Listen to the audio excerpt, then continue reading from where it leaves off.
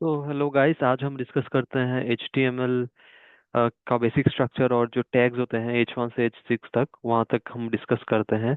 तो इस वीडियो में पहले हम VS कोड खोल लेंगे और उसमें हम न्यू फाइल में क्लिक करेंगे। न्यू फाइल आने के बाद जो सर्च बार आ जाता है, यहाँ पे अपना फाइल नेम सर्च करो, टाइप करो आप।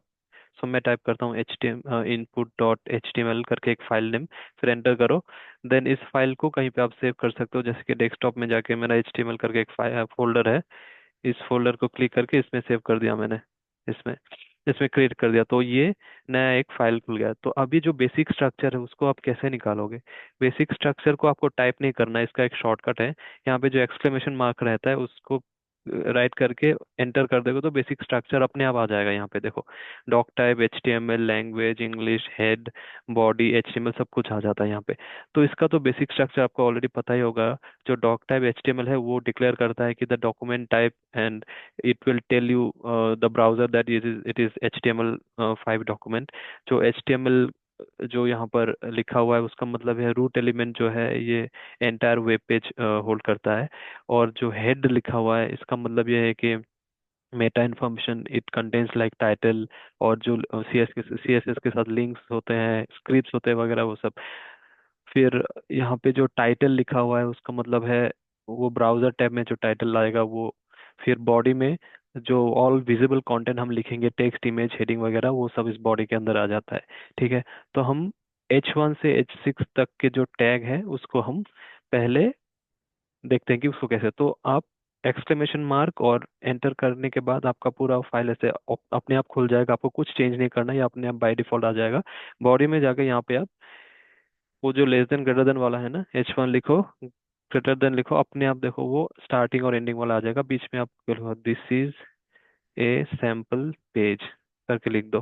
फाइल को सेव कर दो। अभी आप अपने डेस्कटॉप में जाके यहाँ पे जो इनपुट करके जिस फोल्डर में आपने फाइल सेव किया था वहाँ पे इनपुट करके जो HTML फाइल जनरेट हुआ उसको डबल क्लिक कर दो। तो आप देखोगे कि आपका ब्राउजर में this is a sample page ये आ गया है बोल्ड लेटर में। तो ये आपका मेन टैग हो गया। ठीक है, ये आपका मेन टैग हो गया। अभी अगर आप दोबारा से कोई H2 टैग लिखना चाहते हैं तो H2 टैग क्या होता है कि H1 जो होता है वो main heading of the page होता है। ठीक है, वो लार्जेस्ट और सबसे ज्यादा इंपॉर्टेंट होता है। और H2 टैग जो होता है वो सब हेडिंग होता है H1 के अंदर। सिमिलरली H3 होता है सब हेडिंग अंडर H2।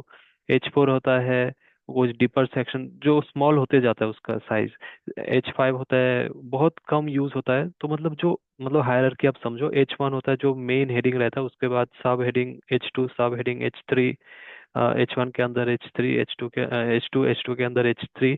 और बहुत रेयर सिचुएशन में हम H4, H6 तक भी जाते हैं। बहुत H6 सबसे स्मॉलेस्ट होता है। तो H1 से लेकर के H6 तक वो वैलिड नोट्स है। H1 नोट्स जो H नोट्स होते हैं।